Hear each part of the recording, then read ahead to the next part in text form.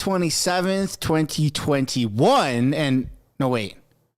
2024, where has time gone? And we are resuming question period after a wee bit of a break on the weekend. This is going to be very exciting. A lot of tensions building up, especially the closer we get to the summer break. So you're going to want to sit back, relax, make sure you got yourself a coffee. As you can see, there are some amazing stickers here, which can all be found linked down in the description. Get yours, or even the one right here, Wacko Trudeau, like the one I have on my microphone. I'm not sure if Justin Trudeau is scheduled to appear in the House today, but Pierre Poilievre is, as is Freeland. A lot of people are getting very upset recently with the questions without answers, even though it's called question period and not answer period. So we're going to have to wait and see how this turns out. There is an update, unfortunately, in the polls. I hate to say it. Part of me doesn't want to even mention it at all because, because it doesn't look good for us. But as you can see right here, the Conservatives have gone down in the opinion polls a little bit from 217 down to 211. So we're gonna have to wait and see how that turns around the closer we get to summer break. But nonetheless, this is going to be awesome. So sit back, relax, get yourself a coffee, get yourself situated. You're not going to want to miss a single beat of this. And they are just gearing up for statements by members. It's got about 10-15 minutes before question period begins. Without further ado, here we go. Let us do our job.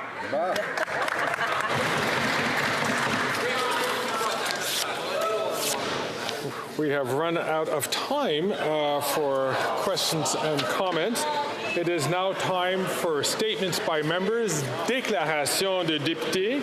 L'honorable député, the honourable member from Nepean. Thank you, Mr. Speaker. Azerbaijan achieved its Independence Day on May 28, 1918. I had the pleasure hosting its Independence Day celebration on Parliament Hill last Friday, and on Saturday I participated in the event raising the Azerbaijan flag on Parliament Hill grounds. Azerbaijan became the first democracy in the entire Muslim world. What did we walk into? Yeah, that got a little heated, didn't it? Grant women the right to vote. The religious minorities, including Jews and Hindus, have equal rights to practice their faith in this Muslim-majority country and enjoy the state support too. Azerbaijan's geographic location gives it great strategic importance as an energy producer and transit hub. I would also like to recognize the contributions of Azerbaijani Canadians have made and continue to make to our dear country, Canada. Thank you, Mr. Speaker. The honourable member from North Okanagan, Shuswap. This weekend, we celebrated 8 members of Vernon Search and Rescue Society for decades of search and rescue service and community safety in the North Okanagan, Shuswap, and across Canada.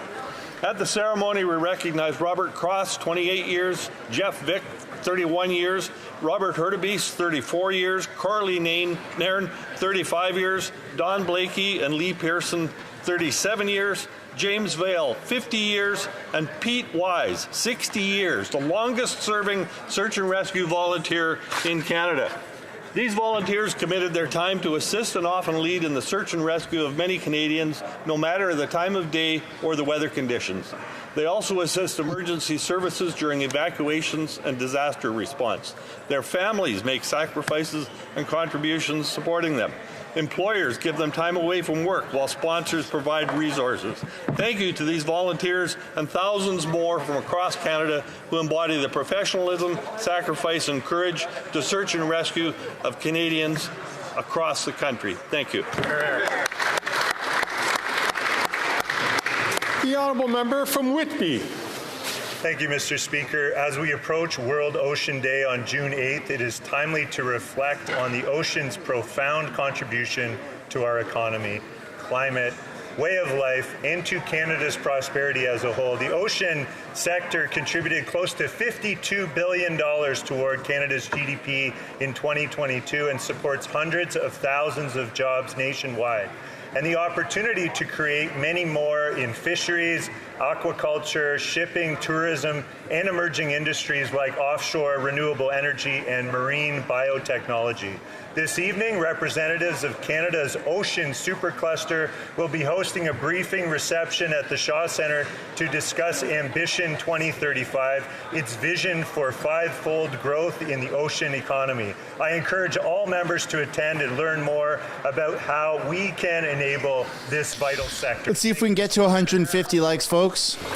L'honorable député de Longueuil. The honourable member for Longueuil-Saint-Hubert. Mr. Speaker, I was very sad to learn that the community organization Loisirs Saint-Vincent-de-Paul Champlain-Gamache was closing. It played a crucial role in the lives of hundreds of families in Longueuil since 1995. I'd like to thank Dolores Vaudreville, who led the organization for 17 years with great passion, and Madame Sophie Hébert, who also contributed to the organization with unfailing loyalty. The organization was in a neighborhood where there were many daily challenges. But everything that it did made a real difference in the lives of many people. I would like to express our gratitude to all of the volunteers, community partners, and others who supported the cause over the years. We hope that the legacy of Loisirs Saint-Vincent-de-Paul Champlain-Gamache will continue to inspire other community initiatives in future. Thank you very much, Mr. Speaker. We want to help the most impoverished among us to live with dignity. The honourable member from Winnipeg North. Yes, thank you, Mr. Speaker. Mr. Speaker, did you know that the heart of Canada's Filipino community is located in Winnipeg North? And that June is Filipino Heritage Month in Canada. So no matter where it is that you go in Canada, Mr. Speaker, members will be encouraged to be able to participate in a wide spectrum of Filipino hospitality. One of the things that you'll notice, Mr. Speaker, is it doesn't matter what kind of event you go to, you will experience hospitality, kindness, love, hardworking. These are the type of things that you'll see that's embedded in our Filipino heritage community. Today, over 1 million people today in Canada are of Filipino-Canadian heritage, Mr. Speaker. That is something in which all of us should be very proud of. I would encourage all members to get out and promote Philippine heritage no matter where you live in Canada in the month of June.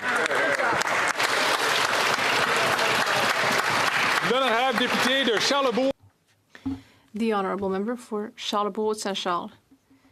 Today, it is an honour to rise to talk about everything that Roger Barbeau has done. He lived in my riding, Charlebourg-Saint-Charles. He was an accomplished businessman working in the area of footwear, and he even founded a credit union in Saint-Émile in 1959. He spent a great deal of his life serving his community and promoting the values he cared about, along with his spouse Aline and his two sons Blaise and Gervais. He was an eminent member of the Knights of Columbus for more than 55 years, and he embodied the spirit of fraternity and solidarity that underpins that organization. He showed great compassion and commitment to the principles of charity and kindness. He was a model for us all. He inspired people around him thanks to his kindness, wisdom, and his ability to help those in need. Thank you, Roger Barbeau, for everything you did for us and all that you are. Your legacy will remain in our hearts forever. The honourable member from Scarborough Centre. Thank you, Mr. Speaker. Mr. Speaker, Filipino Heritage Month is just days away, and Filipinos from coast to coast to coast are ready to celebrate Filipino art, culture, and food. The Philippines Fiesta Extravaganza started in Scarborough under the leadership of Juan Canton and Philip Beloso, and this year is expanding to cities across Canada with fiestas this summer in Toronto, Surrey, Vaughan, Brampton, Lethbridge, Hamilton, Niagara Falls, Miramichi, and Montreal. I encourage my colleagues in these communities and all Canadians to come to their local fiesta events and other events to experience Filipino food, music, and art as we celebrate Filipino culture and 75 years of Lots of talk about Filipinos stuff, Canada eh? and the Philippines. Holy smokes. I was proud to sponsor the motion that made June Filipino Heritage Month in Canada, and I thank everyone that has taken Parliament's declaration and made it a month-long celebration. Mabuhay Canada, Mabuhay Philippines. The honourable member from Winnipeg South Centre. Mr. Speaker, Dr. Ian C.P. Smith was a tireless and passionate public servant for over 40 years. We lost this cherished member of Winnipeg's community recently. Throughout the course of his distinguished career, Dr. Smith received numerous accolades for his hard work, including the Manitoba Order of the Buffalo Hunt, the Outstanding Achievement Award of Public Service of Canada, and both the Queen's Gold and Diamond Jubilee medals. He was an internationally respected biophysicist, having contributed to Canada's reputation as a leader in state-of-the-art medical diagnostic devices. Under his leadership, the National Research Council's Institute of Biodiagnostics has garnered a reputation for world-class research. It has generated and commercialized new non-invasive diagnostic tools used in human and veterinary medicine and continues his cutting-edge research on the early diagnosis of cancer. Dr. Smith was an accomplished man both professionally and personally. He will be sadly missed by all who knew him, and his work in the field of biophysics will continue to have a lasting impact. We wish his family all the best during this difficult time and thank Dr. Smith for his lasting contributions to our country. Thank you. The honourable member from Kootenay, Columbia. Mr. Speaker, after 9 years, this NDP Liberal Prime Minister is not worth the hunger and homelessness. Salvation Army reports showed 75% of Canadians face challenges managing limited financial resources, poverty and food insecurity worse in every corner of the country. 25% of Canadians eat less so their child or children and other family members could eat. It's staggering. 26% of Canadians skip or reduce the size of a meal because they can't afford to buy groceries. I was just at the food bank in Cranbrook. I was talking with a young couple, their 2 children outside. I've known them for many years. They were regular contributors. They were embarrassed as they told me they were there at the food bank to pick up some groceries for their family. It's pretty sad, man. The Liberal government hiked the carbon tax 23% last month, driving up the cost for food, gas, heating, especially hard-hitting in rural Canada. Mr. Speaker, only common-sense Conservatives will cap spending, axe carbon tax, bring home safe streets and powerful paychecks for Canadians. The honourable member from Labrador. Thank you, Mr. Speaker. I'd like to invite all my colleagues to join me tomorrow and others as we celebrate National Seal Products Day, which is normally on May 16th. Inuit and coastal communities across Nunavut, Atlantic Canada, and Quebec have relied on seal and seal products for subsistence and survival for millennia, and we continue to use seal for food, clothing, and historical ceremony. Seal Day is about recognizing and honoring historical, cultural, social, and economic contributions that seal represent for our communities and our people. It is a day when we can recognize and counter narratives about the seal that seek to legitimize, as these have devastating impacts on Indigenous and coastal communities.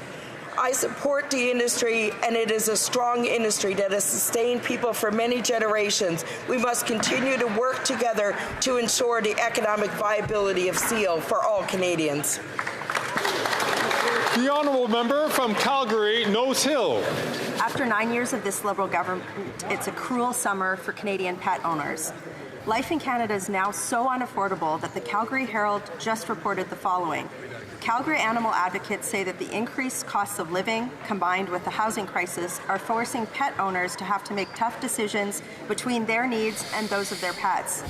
Animal shelters are overflowing, and Melissa David, founder of Parachutes for Pets, said that her organization is taking nearly 100 calls a day on average from people whose entire support network is their pet, but are considering heartbreaking decisions, like abandoning their pet because inflation means they can't afford them anymore. The inflation caused by 9 years of massive Liberal deficits and the ineffective carbon tax has led us to this place. At a minimum, the Liberals must cancel the carbon tax, the federal fuel tax, and the GST on gasoline and diesel between now and Labor Day.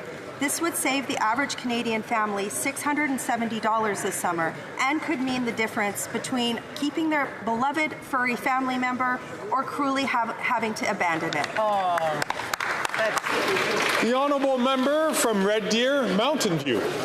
After 9 years, tax and spend Liberals are jeopardizing all that Canadians hold dear. The family vacation was the one opportunity to enjoy Canada's great outdoors, a chance to connect with fellow travelers and to see the sights and sound of this great nation. Now, even a simple road trip is unaffordable as parents struggle with the basic necessities of life. A summer vacation is no longer an option for Canadian families. Families will have to pay $700 more for food this year than they did in 2023. Last year, food banks had to handle a record 2 million visits in a single month, with 1 million more monthly visits expected in 2024. In the middle of this historic cost of living crisis, this NDP Liberal coalition decided to hike the carbon tax by 23%. This is just one step in their plan to quadruple the carbon tax over the next 6 years, making everything more expensive at the worst possible time. Yeah, that's right. To stop. Our common sense Conservatives can be trusted to axe the tax this summer and to give Canadian families the break they so desperately deserve. Here. The Honourable Member from Pierrefonds-Dollard. Mr. Speaker, this week is National Accessibility Week. J'aimerais souligner... I rise to speak to the remarkable contributions of people living with a disability and the organizations that represent them.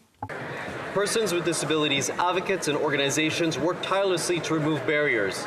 They ensure the full participation of more than 8 million Canadians with disabilities. It's by working together with the disability community that we've made progress. Avançons ensemble. Together, let's move towards accessibility and inclusion for everyone. That's this year's theme. Active efforts are needed from all sectors of society. We need this to reach a barrier-free Canada by 2040. I invite my colleagues and all Canadians to celebrate the exceptional work being done by so many. Let's continue working towards a more accessible and inclusive society, a more accessible and inclusive Canada. Merci, Monsieur le Président. The Honourable Member from Skeena-Bulkley Valley. If you can work, if you can pay tax, if you can serve in your armed forces, then you ought to be able to vote. Those are the words of UK Labour leader Keir Starmer just last week. I mention his statement because this week, here in Ottawa, young people from across the country are gathering for the first ever National Vote 16 Summit. The Vote 16 movement around the world is growing because the issues being discussed in places like this have a profound impact on the lives of young people. It's growing because the... Anyone else gets super bored from statements by members? The voter turnout rate rises, a hallmark. God, I'm like trying not to fall asleep. That's why the Northwest Territories Chief Electoral Officer has recommended that the voting age be changed to 16 in that place, and it's why I tabled my bill, the Right to Vote at 16 Act, here in Ottawa. Mr. Speaker, I want to wish all the young people gathering in Ottawa for the summit a productive session. Thank you very much. The Honourable Member for Berthier-Masquinongé. Mr. Speaker, Louisville and Masquinongé has lost one of its most noted leaders, Yvon Picotte. He was a teacher, a principal, a journalist, and worked hard in the community. He became the MNA for Masquinongé in 1973 and sat in the National Assembly of Quebec for 21 years. He was Minister of Tourism, Municipal Affairs, Agriculture, Fisheries, and Nutrition. When he retired from politics, he became the director of an addiction center in Lanoraie, and he was also the leader of Yamashish's RCM group. This is a business that hires people living with functional disabilities. He was also president of the Louisville Buckwheat Crepe Festival for 15 years. Mauricie is mourning someone who deeply cared about the place he came from. Thank you, Mr. Picotte. We will remember you. The Honourable Member from Bay of Quinte.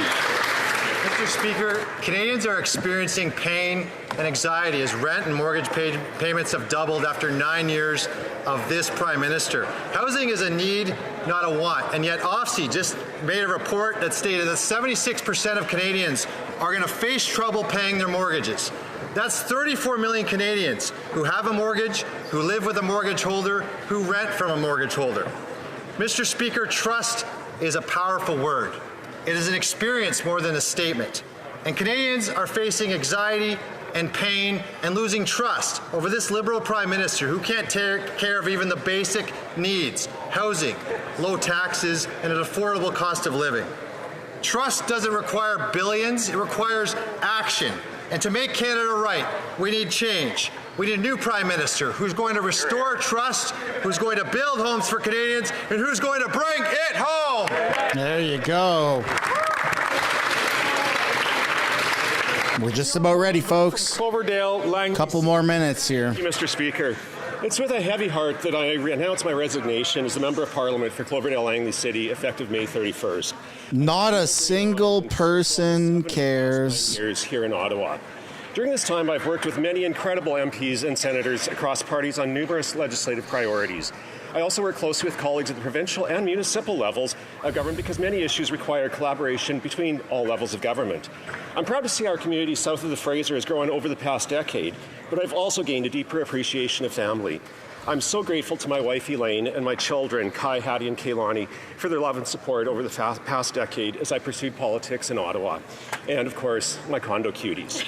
As my time as your Member of Parliament ends, I am so thankful for everyone who supported me over these past 7 years, especially my staff and volunteers, but mostly thank you to the constituents of Cloverdale Langley City for allowing me to serve you. Hear, hear.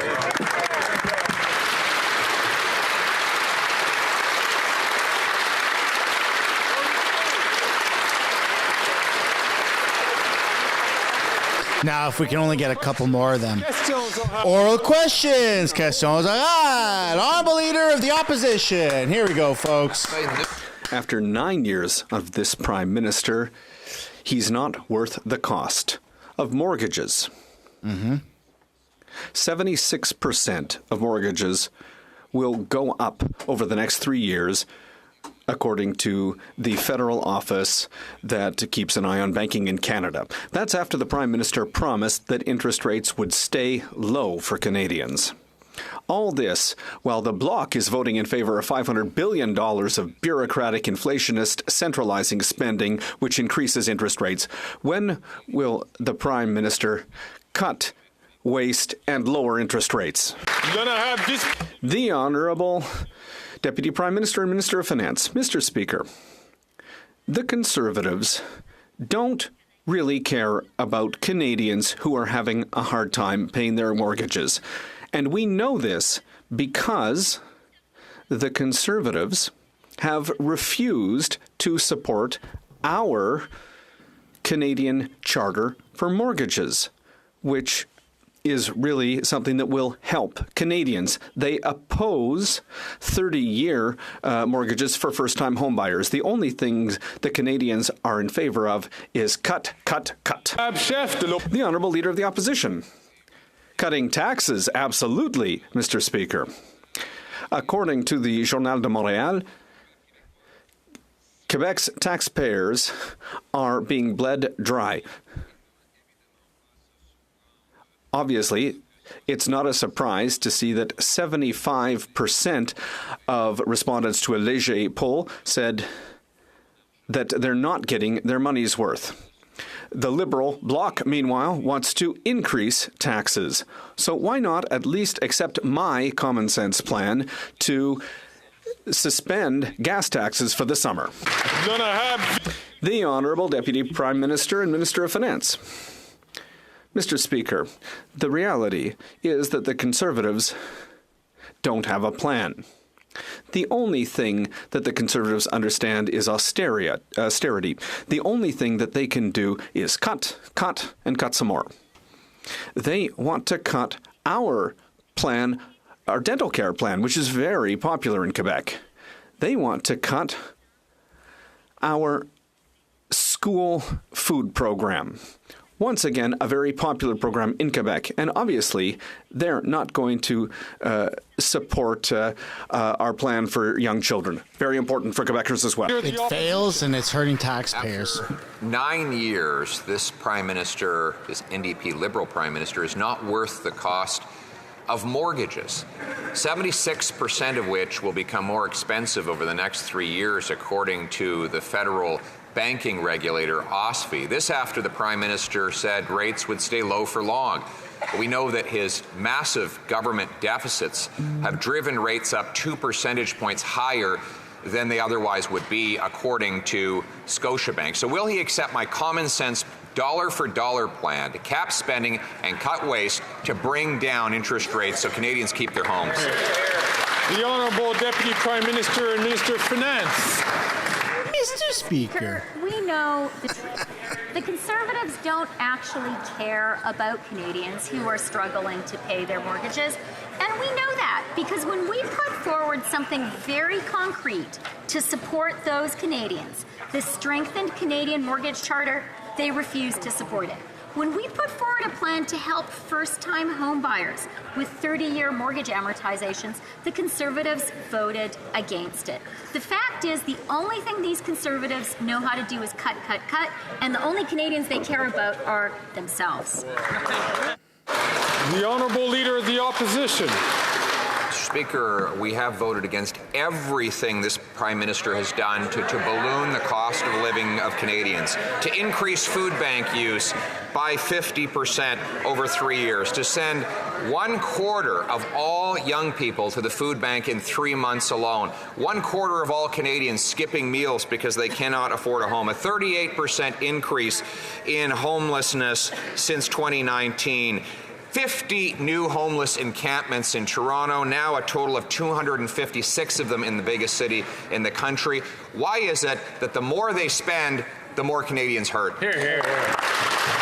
The Deputy Prime Minister and Minister of Finance. They're criminals, that's why. Mr. Speaker. We will take no lessons from the Conservatives when it comes to supporting the most vulnerable Canadians. The fact is, when we formed government and when they left government, the poverty rate in Canada was 14.5%. It is now 9.9%. The Canada Child Benefit has lifted hundreds of thousands of children out of poverty. The GIS helps 900,000 seniors. The only thing they know how to do is cut, cut, cut. Tory times are hard times, Mr. Speaker. The Honourable Leader of the Opposition. We know how to cut taxes, Mr. Speaker, and that is why we reduced poverty and had affordable homes 9 years ago when common sense Conservatives were in government. Since that time, housing costs have doubled, mortgage payments have doubled, rent has doubled.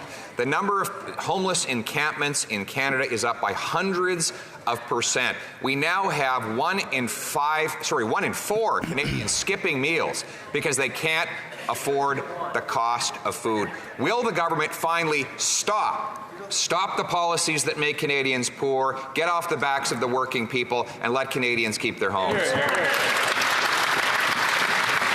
Wouldn't that be nice, eh? Prime Minister and Minister of Finance. Mr. Speaker, we know what the Conservatives really believe and what they really do. When this leader was in government, how many homes did he actually get built? 6, Mr. Speaker. Just 6 homes. We know what Conservatives do to programs that support the most vulnerable. Cut, cut, cut.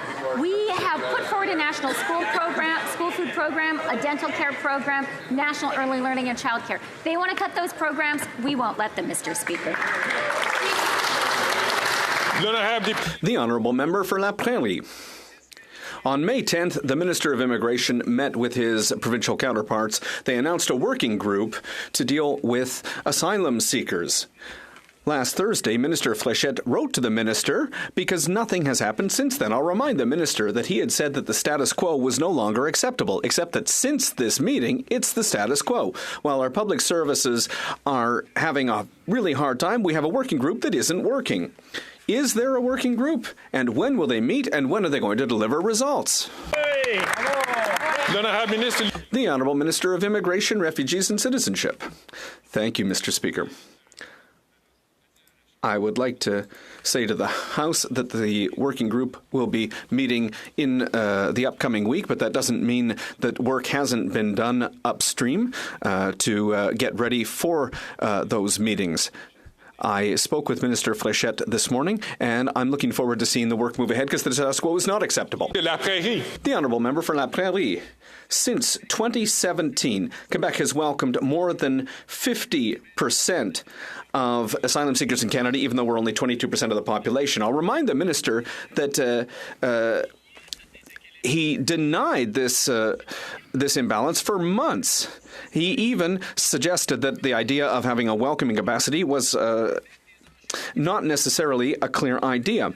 He has since seen the light, and, it's only fools who don't change ideas. So now, is he going to stop demonizing Quebec, stop trying to buy time, and finally make sure that this situation is fixed? The Honourable Minister. It's true, Mr. Speaker. We know that this guy right here, between capacity, Mark Miller, is ruining Canada, man. Welcome, but we are going to work to make sure that asylum seekers are welcomed across the country. There are several provinces that are taking on a higher number, and that needs to be fixed. From Burnaby South. Mr. Speaker, it's difficult to find the words to describe the horror of what's going on in Rafah. Women and children were burned alive in tents.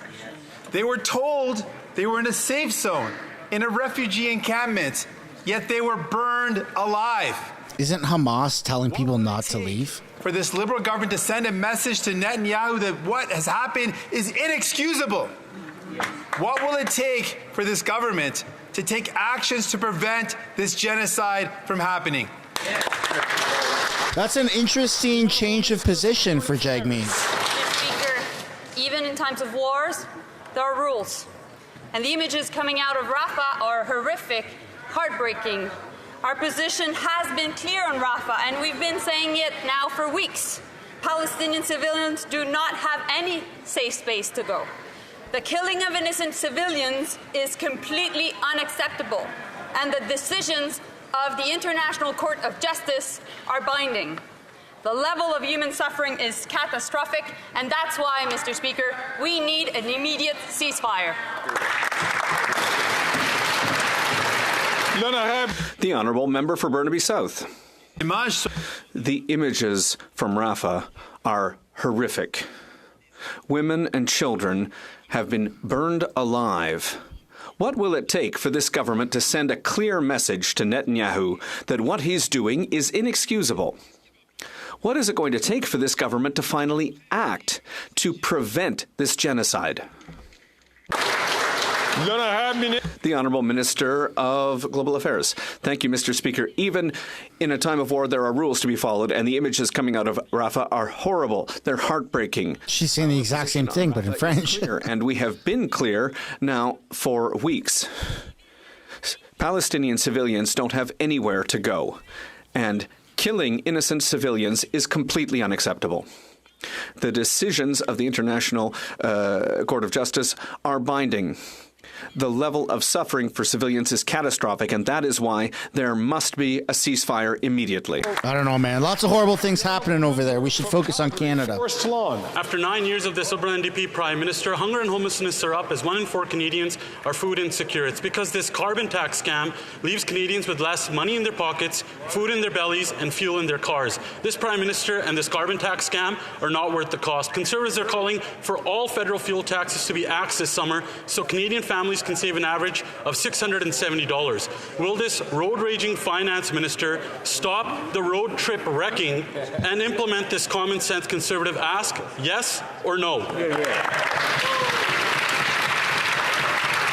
The Honourable Minister of Finance and Deputy Prime Minister. Mr. Speaker, the only thing the Conservatives believe in is austerity.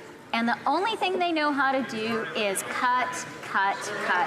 That's why it is no surprise that they would like to cut the carbon rebates that are putting more money back in the pockets of 8 out of 10 Canadians. It is no surprise that they want to cut a national school food program. It's no surprise they want to cut our national early learning and child care plan. Mr. Speaker, they have no real plan, but they're letting the country burn. The Honourable Member. Yeah, I don't know about that. Forest Lawn.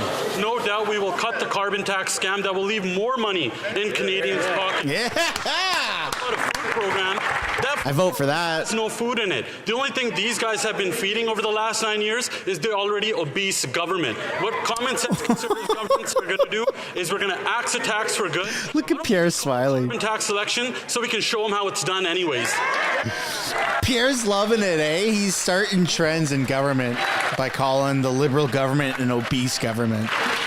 The Honourable Minister for Natural Resources and Energy. Thank you, Mr. Speaker. It is incredibly disappointing to see the misleading information that the honourable member actually puts forward. It is very clear. 300 economists, the parliamentary budget officer, have said 8 out of 10 Canadian families get more money back. Our approach is one that actually addresses the existential threat of climate change, does so in a manner that is actually affordable for Canadians. And to be honest with you, his constituents should be asking him, I'm sure they are, why he campaigned on putting in place a price for pollution in the last election, and now is actually taking such a hypocritical position. That's right. The Honourable Member from Halliburton, Kawartha Lakes, Brock. Thank you, Speaker. I'll be sure and tell the people in my community that are suffering under this NDP Liberal government that a bunch of well-to-do economists and some tenured professors saying that life's never been so good. I'll make sure I tell them that. Conservatives put forward this plan. We're asking the government to axe all federal taxes on gasoline from today until Labor Day, meaning that the average Ontarian could save about $600 this summer. When will the Prime Minister adopt our common sense plan, axe the carbon tax this summer so families can take their kids on vacation? The Honourable Minister of Natural Resources and Energy. Thank you, Mr. Speaker. Well, I'm glad that folks in this House are finally being honest. He's actually saying, Mr. Speaker, just ignore the facts. Ignore the facts. Make it all up. At the end of the day, 8 out of 10 families get more money back. Every reputable authority actually says that. It's only the Conservatives who campaigned on the basis of putting in a price on pollution, who've now changed their mind, have no plan for climate except to let the planet burn, would take a position like that. Hey, there you go, showing that he's a human with emotions. From Halliburton, that's good to see. Speaker, the facts are food bank usage is at the highest level it's ever been, and that's because of policies by this NDP Liberal government. In fact, this summer, my community that relies on tourism is being punished because the Liberals refuse to reduce their carbon tax. Canadians can actually save money. In Ontario, approximately $600 from today until Labor Day could be saved if the Liberals reduce the tax on all gasoline. Now, Speaker, when will Liberals accept this and give Ontarians a break who just want a vacation this summer? Hear, hear. The Honourable Minister of Health. Well, Mr. Speaker, in the pandemic, the Conservatives wouldn't have been there for small businesses and people that were suffering. No. Their response to the challenges that are around the globe is to say to people who are suffering, let's pretend those issues aren't happening in our country, and we can help you out by taking away your rebate check. We can help you out by taking away dental care from a senior, taking away a diabetic patient's medication.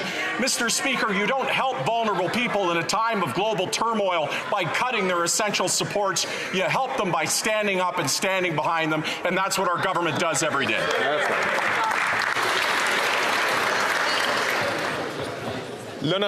The Honourable Member for Charlebourg-Saint-Charles. After 9 years of this Liberal government and its uncontrolled spending, Quebecers are in a cost of living crisis and they really need a break. That's why we are asking. All right, folks, we almost have 500 likes. We're just over halfway there. You need a car to get if 250-ish people can smash the like button, those who haven't yet, that would be super appreciated. In the bus. Will the Prime Minister accept our request and give Canadians a gas tax holiday? The Honourable Minister of Public Services and Procurement. Thank you, Mr. Speaker. I would invite my colleague to meet with economists at the University of Laval to understand something very simple. 8 families out of 10, when the price applies, get more back in their pockets than they pay for the carbon tax. The money from the carbon tax goes back to Canadians. Richer Canadians pay more. And medium or middle-class Canadians get more back than they pay. 8 families out of 10 get more back from the carbon price, and that's true across the country where the price applies. The Honourable Member for Charlebourg-Saint-Charles.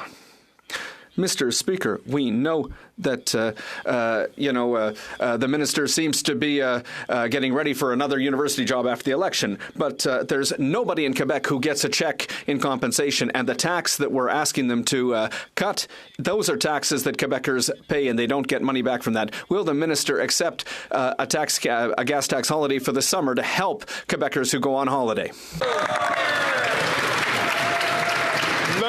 Personally, I would like cheaper gas this summer. Public services and procurement. Thank you, Mr. Speaker. If my colleague doesn't appreciate economists from the University of Laval, well, there's economists across the country who will explain it to him. 300 across the country signed a letter confirming that 8 families out of 10 get more back into their pockets than they pay with the carbon price. It's simple. All of the money from the carbon price is returned to Canadians, and richer Canadians pay more. Canadians from the middle class and low-income Canadians get more back in their pockets, and obviously, it reduces pollution. Then I have the Honourable Member for Avignon-Lamitis-Matane-Matapédia. Some think that Canada is too small to have an influence on climate change. On Thursday, Carbon Brief reminded everyone that since 1850, Canada is in the top 10 of countries that have contributed to climate change, and we're certainly not the most populous of those 10 countries. That makes Canadians most responsible for global warming per capita. However, Canada continues to increase gas production, particularly with Trans Mountain. Increasing gas production is being responsible for climate change. When will the Liberals stop it? The Honourable Minister of Environment Change. Thank you. I'd like to thank my colleague for her question, and I'd like to announce her that the climate scorecard gave us a mark of 70% in 2024 for our fight against climate change, and our greenhouse gases emissions went down by over 50 million tons, Mr. Speaker. That's the equivalent of taking 15 million cars off our streets. So we're getting there. We need to keep working to fight climate change, and every sector of the economy, all regions need to contribute to this fight. Yet he and his prime minister go around in a jet. For Avignon doesn't make any sense. Matapédia. I'll remind the minister that Canadians are per capita the most responsible for climate change since 1850, according to Carbon Brief. Meanwhile, there's concern about the increase in infectious diseases linked to climate change in Canada. For example, a 1,000% increase in Lyme disease cases in Canada over 10 years. And public health is also worried that that mosquitoes that are responsible for Zika or malaria could eventually thrive in Canada. There's a human cost. So when will Canada lower its oil and gas production? The Honourable Minister of Environment and Climate Change. Mr. Speaker, I'd like to remind my honourable colleague that in recent years we've put in place a clean gas standards, and the Conservatives voted against that. We'll continue with our price on carbon, something the Conservatives promised that they would do as well in the last election, but they've changed their mind since then. We have standards for zero-emission cars in Canada. By 2035, we want to see zero-emissions cars across Canada, and we will continue to protect Canadians from climate change. The Honourable Member for Avignon-Lamitis-Matapédia. Canadians all right, block. Ask for more money. The most responsible for climate change around the world, according to Carbon Brief. But it's not the same for Quebecers. While the average Canadian emits 21 tons of greenhouse gases per year, a Quebecer is responsible for 9.8. So that's less than half. Why? Because we don't create dirty oil in Quebec, but we're paying for dirty oil, like with Trans Mountain. So Ottawa is making us complicit in climate change. So why will the government not change its tone? The Honourable Minister of the Environment and Climate Change. I'd like to remind my honourable colleague that over half of the oil consumed in Quebec is Canadian. 360 million barrels of oil go to Quebec every day, Mr. Speaker. Yes, we do better than the rest of the country, but there's efforts to be made in Quebec as well. Nobody isn't affected by climate change. There's nobody who can do better than everyone else. We all need to work together to fight climate change. The Honourable Member from Edmonton, Mill Woods. After 9 years, this NDP Liberal Prime Minister is not worth the hunger or the homelessness. The Calgary Herald reports of a single mother struggling to feed her family. Edith said, I pay all of the important things first, mortgage, utilities, insurance, condo fees, and then feed the kids. If I have anything left over, they can do activities. She has resorted to feeding her family at the community kitchen. Mr. Speaker, far too many Canadians are in this sad reality. When will this government axe the carbon tax, give Canadians a break, and allow families like Edith to actually feed their families? Common sense question. Minister of Housing, Infrastructure and Communities. Mr. Speaker, I thank my honourable colleague for the question, and I take his concerns as being sincere, but it's ironic that he puts this question on the floor of the House of Commons just hours after a debate on his leader's bill, which proposes to cut many of the supports that will help people like Edith. They put forward measures that are going to increase taxes on home construction.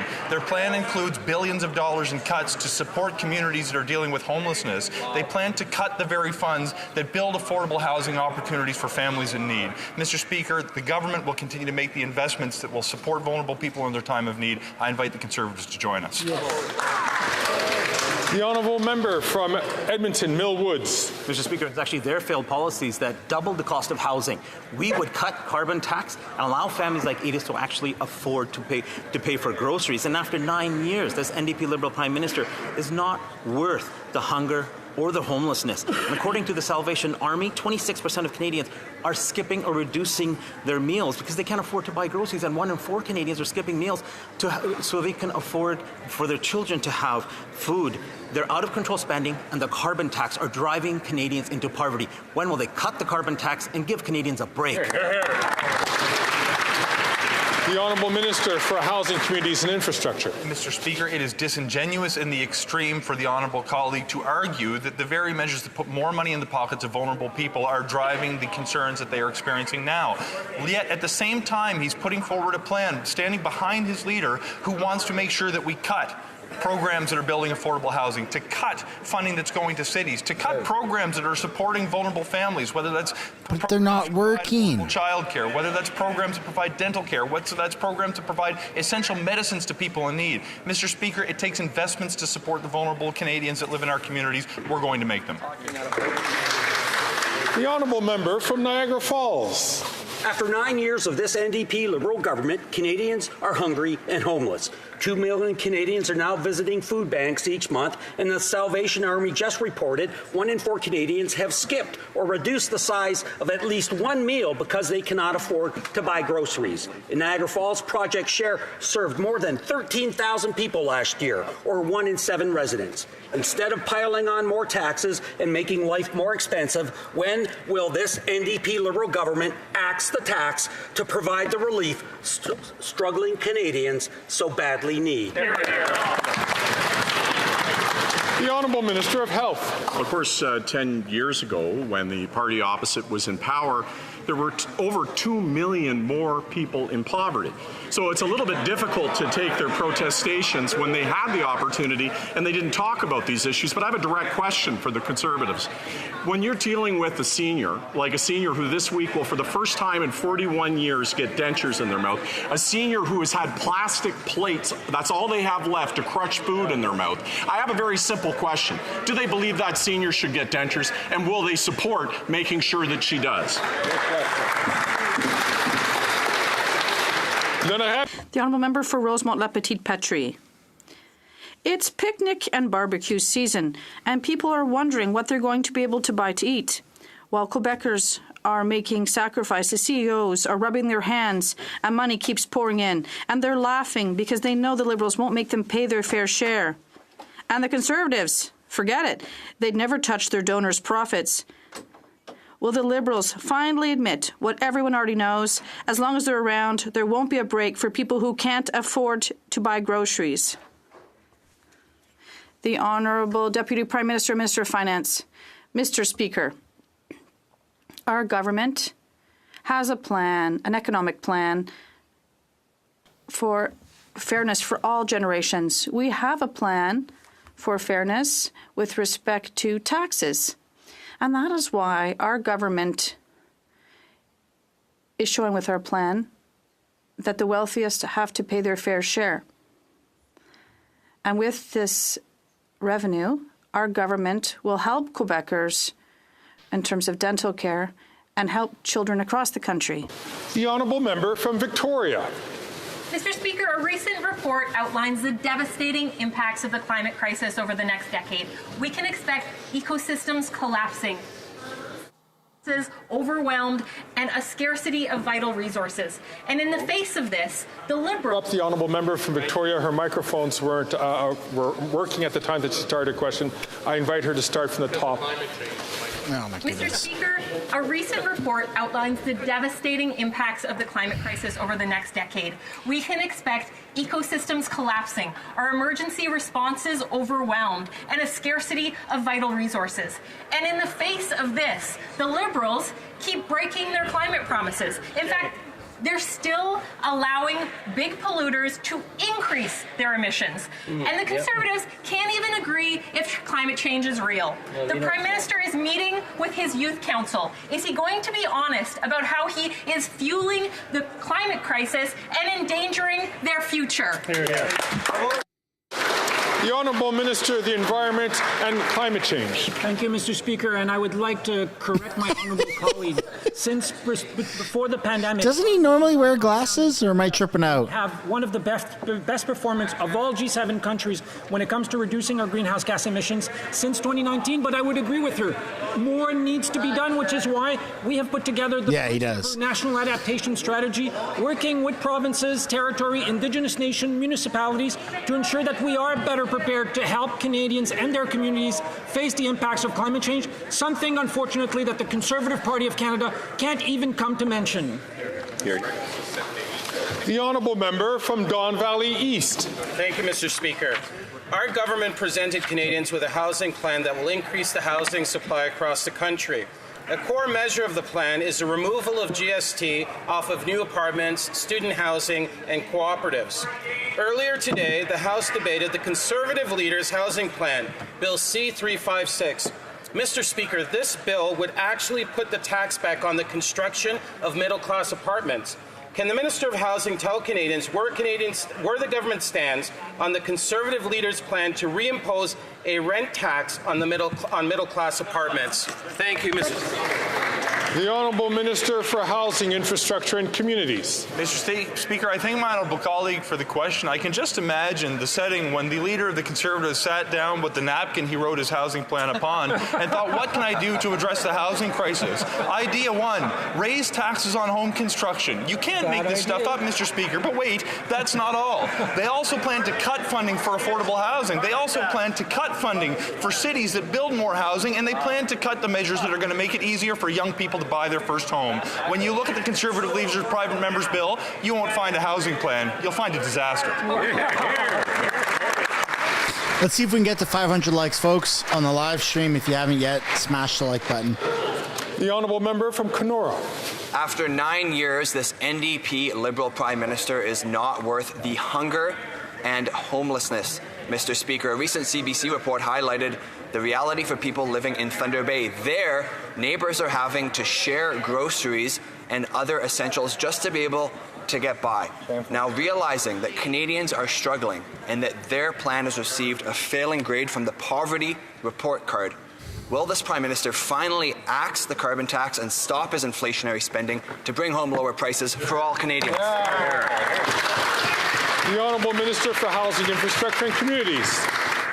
Mr. Speaker, I have a hard time accepting this question from a member who I respect and believe is here for the right reasons when he puts the question in a frame of homelessness, but is willing to stand behind his leader when he proposes to cut funding that serve homeless Canadians across this country. Mr. Speaker, I never hear ideas from the Conservatives about making more investments to support vulnerable people. I never hear ideas from the Conservatives that will actually result in more homes being built. It's cut, cut, cut every step of the way. They do not want to put measures in place that will help vulnerable Canadians. We absolutely will.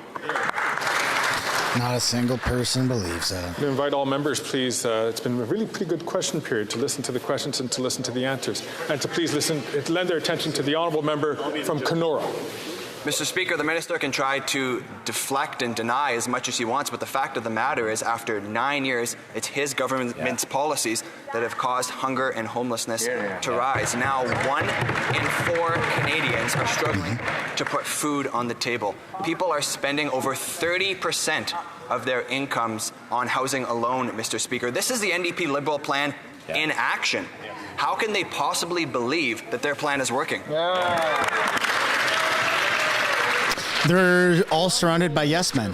They're all surrounded by each other. Structuring communities. Mr. Speaker, he wants to talk about our policies on affordability. How about the Canada Child Benefit that puts more money in the pockets of 9 out of 10 families and stop sending child care checks to millionaires? Yet his party voted against it. Let's look at the change that restored the age of retirement to 65 from 67. His party voted against it. Let's look at the guaranteed income supplement for low-income single seniors increasing by up to $947. His party voted against it. Let's look at the student loan forgiveness measures for healthcare professionals that work in communities like mine. Their party votes against it. Every time they have a chance to help someone, they say no.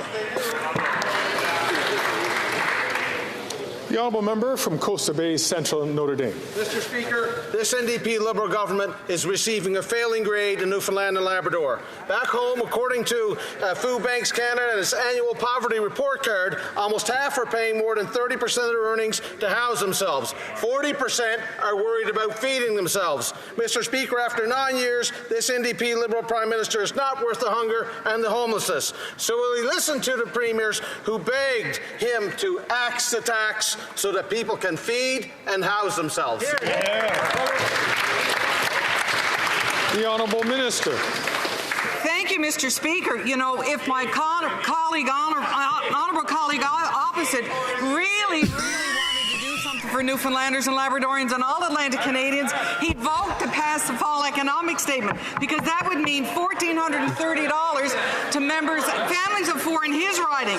That means $2,160 to family of 4 in Alberta. She looked at them in the mirror at some point today and said, Saskatchewan. "This is how I want to look." $40 to families in Manitoba, $1,300 to families in Ontario, $912 to families in New Brunswick. That's how we help Canadians. And she thought that was a good idea. The honourable member from Coastal Bay Central Notre Dame. Mr. Speaker, I find that a bit rich coming from my colleague from Long Range Mountains, who voted against Bill C-251, against the sealing industry, against the fishing industry, against the people in our very own riding, Madam Speaker, or Mr. Speaker. But you know what? Back to the matter at hand here. 45% back home have an inadequate standard of living. 35% have a severely inadequate standard of living. 26% are experiencing food insecurity. So after 9 years, while this NDP Liberal Prime Minister, who's not worth the hunger and not worth the homelessness, axe the tax and listen to the premiers back home.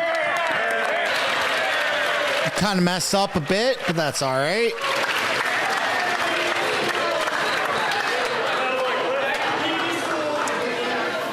The Honourable Minister for Rural Economic Development and for Co-op. Mr. Speaker, I'll tell you what we do on this side of the House. On this side of the House, we support communities.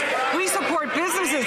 So I'd love to know the member opposite's comment to the 181 projects that ACOA has funded in his riding that supported 64 businesses, 43 not-for-profit organizations, and he voted against every single one of those, Mr. Speaker. That's supporting businesses. That's supporting communities. That's what we do, Mr. Speaker.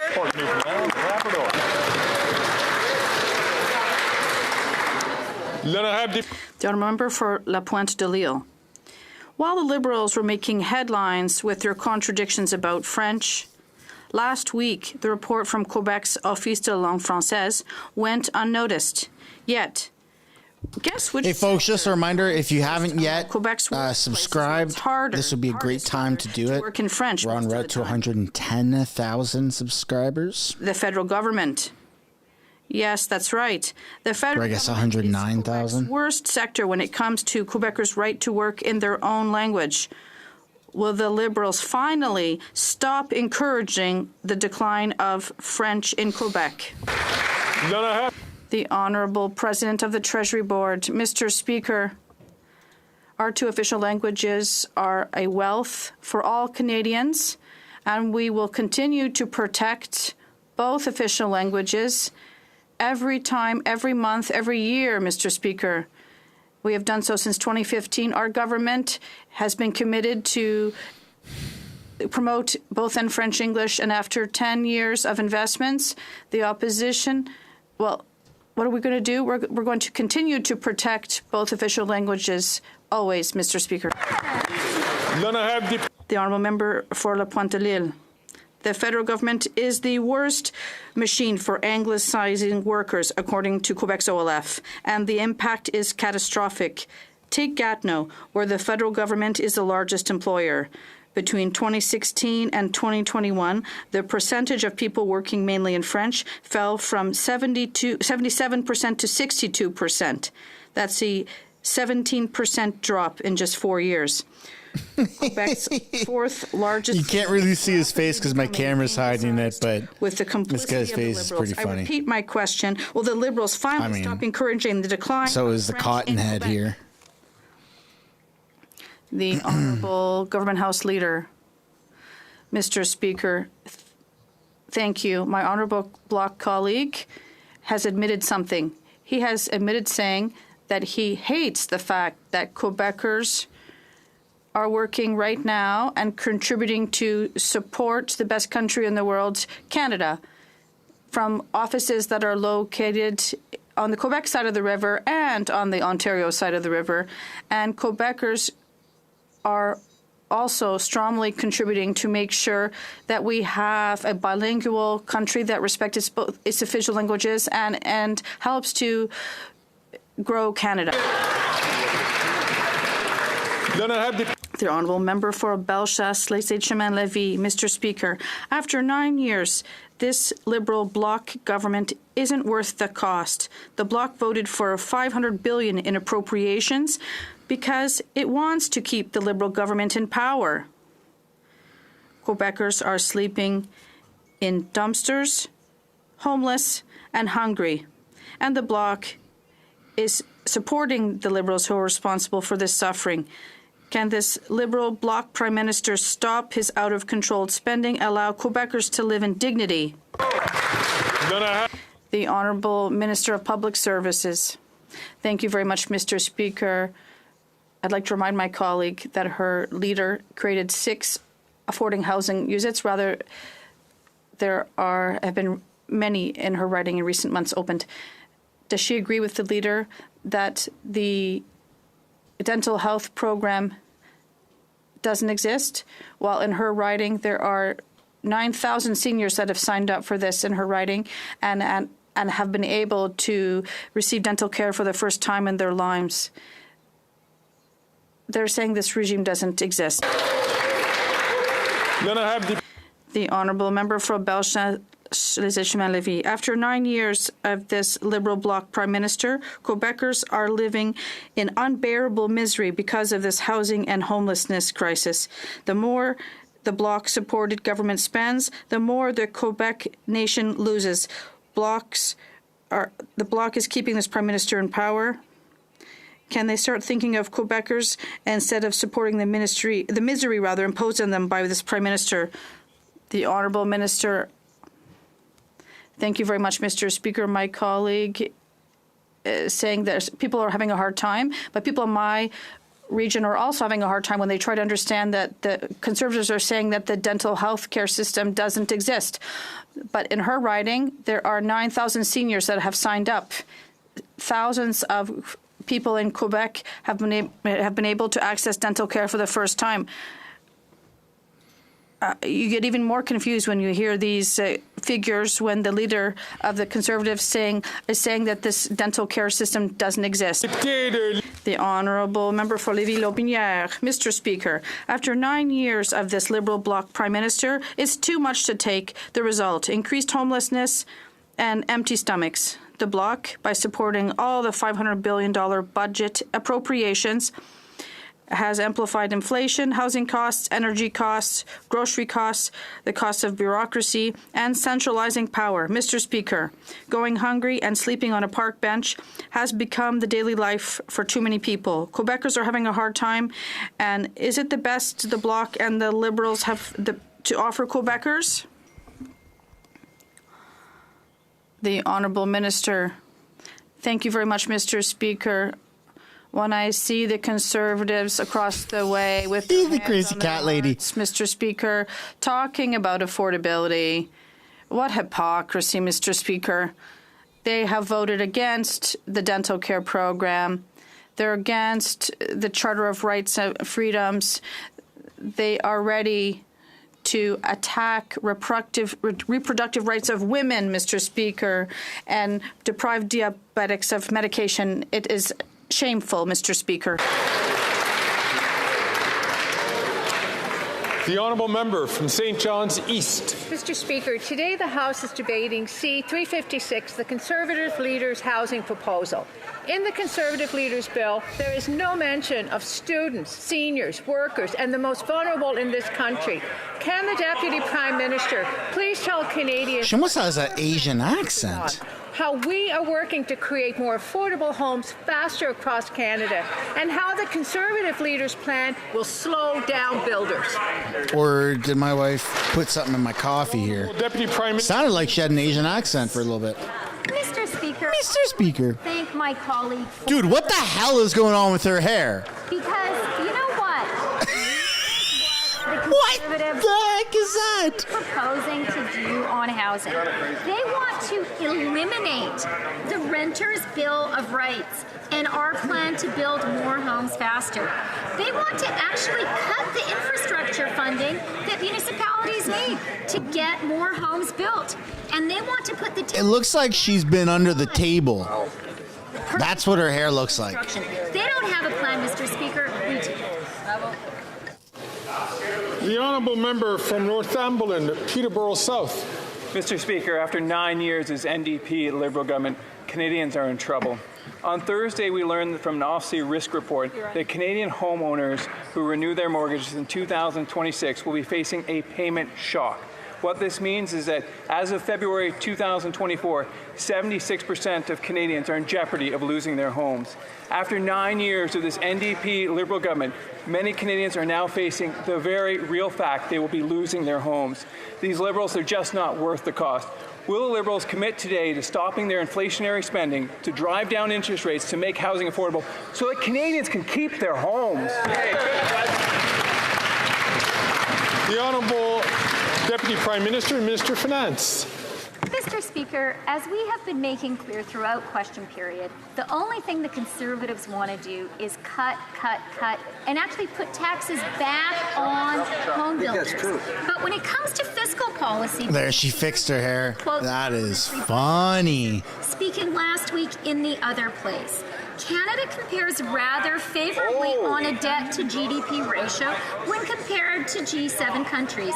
We are probably the least or second least indebted country. Mr. Speaker, the Speaker. Absolutely wrong about everything, including fiscal policy. Just flailing her arms around like it's making a difference. Very gently, I'd just like to ask the Honourable Member from Cumberland Colchester to please only take the floor. Shut up, Mr. Speaker. Very gently, I'd like to remind everyone to smash that like button and subscribe if you haven't yet already. My apologies.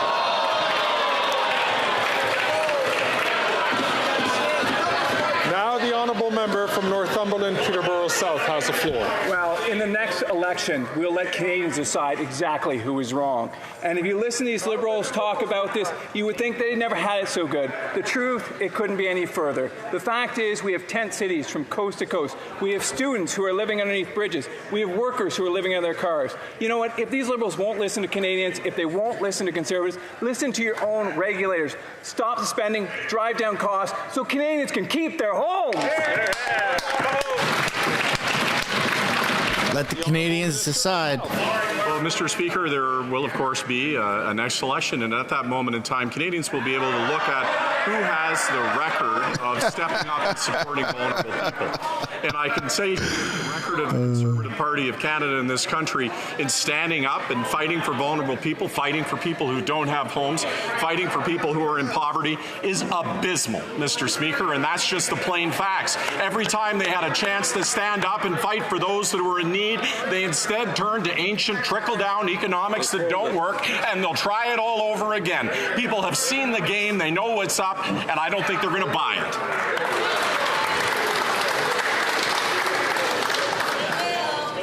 The honourable member from Peterborough-Kawartha. 9 years of this Liberal NDP government, Canadians are hungry and homeless. In the Minister of Housing's own backyard, 10 people are going homeless every single week. 1 in 4 Canadians feel they don't even have enough money to live. Canadians are spending 64% of their income on housing, which under that Prime Minister has doubled. While 10 cities become normal and they gaslight Canadians and tell them they've never had it so good, Conservatives are fighting. So when will they wake up and vote in favour of our build homes, not bureaucracy bill? Yeah! There you go. The Honourable Minister for Housing, Infrastructure and Communities. Mr. Speaker, my honourable colleague would like to talk about my community. I want to take an opportunity to thank the service providers at shelters like Viola's Place. I want to thank you to our partners at Cody's Place who are benefiting from a multi-million-dollar investment to build more affordable housing. I want to say thank you to the Antigonish Affordable Housing Society for partnering with us to build more units for vulnerable families in that community. But let's take a minute to talk about her community. She goes and shows up for ribbon cuttings for projects that we have funded when she voted against them in the House of Commons. It's important that our words match our actions if we're going to solve the housing crisis. I hope the Conservatives will do the same. The Honourable Member for Châteauguay-Lacolle. Mr. Speaker, our government has introduced a plan to free up 250,000 new housing units by 2031 on federal, provincial, territory, and municipal Crown lands. The Conservative leader has debated his housing plan, Bill C-356, which would sell federal buildings to the highest bidder with no guarantee of affordable housing. Can the Minister of Public Works explain to Canadians how our plan to conserve federal lands will create affordable housing across the country? The Honourable Minister of Public Services and Procurement. Thank you very much, Mr. Speaker. My colleague is right to talk about affordable housing. Do you know, Mr. Speaker, how many housing units the Conservative leader built? 6 units only. We are building 8,000 units in Quebec.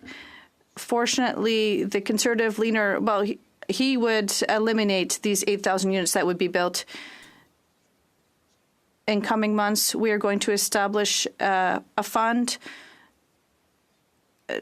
to make public buildings and units available to the community. I would just ask the member for Pont-Neuf-Jacques-Cartier to only speak when he has been recognized by the chair. Member from Winnipeg Centre has the floor. Thank you, Mr. Speaker. While Winnipeg Centre has among the highest rates of youth poverty in Canada, Resource Assistance for Youth Inc. Level Up Job Placement and Education Program has been placed at risk by the Liberals' funding delays. After 7 months of waiting, this has forced Ray to discontinue vital programming for youth and lay off staff. Shameful, Mr. Speaker. Will the minister restore the funding, save the Level Up program, and protect the livelihoods This chick is so annoying. during an affordability crisis? The Honourable Parliamentary Secretary. Thank you, Mr. Speaker, and I'd like to thank the member opposite for her advocacy for young people in her riding. I can tell you that the youth employment and skills strategy has been hugely popular this year across the country. There are so many programs that are looking for this funding to support our youth, to get them back into the workforce, and absolutely I support these organizations getting the funding they need to continue. The Honourable Member from Kitchener Centre. Mr. Speaker, while the number of people living unsheltered is up across the country by almost 90% since 2018, in my community it's even worse. The number of people living rough has almost tripled. A recent PBO report shows this government is investing less than 1/7 of what is needed to even cut the rate of chronic homelessness in half. This government seems to have billions to subsidize the largest companies in the country. When will they do better by those living unsheltered and commit the funds they need to close this gap? The Honourable Minister of Housing, Infrastructure and Communities. Mr. Speaker, I thank my colleague for his question and for his advocacy on behalf of the most vulnerable who call his part of the country home. With respect, we're going to make the investments necessary to support some of the country's most vulnerable, including by partnering with communities who serve homeless Canadians, but also by making the investments necessary worth billions of dollars to build out the affordable housing stock so people have a durable solution. There are no immediate solutions to solve the challenges that so many Canadians are facing, but consistent investment over time, as we have been doing and will continue to ramp up, is going to make a meaningful difference in the lives of some of the most vulnerable Canadians. Thank you.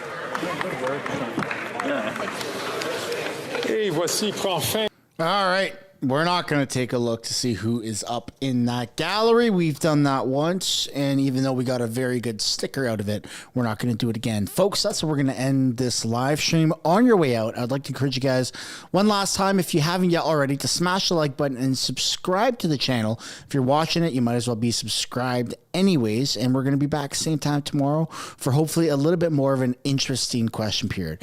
There was some good points throughout this QP, but there was also a lot of boring and dry spots. So tomorrow should be better. Mondays are usually a little bit shaky since we're coming off of the weekend. But nonetheless, that's where we're going to end the video, folks. Look forward to seeing you guys back here same time tomorrow. Peace and love, everybody.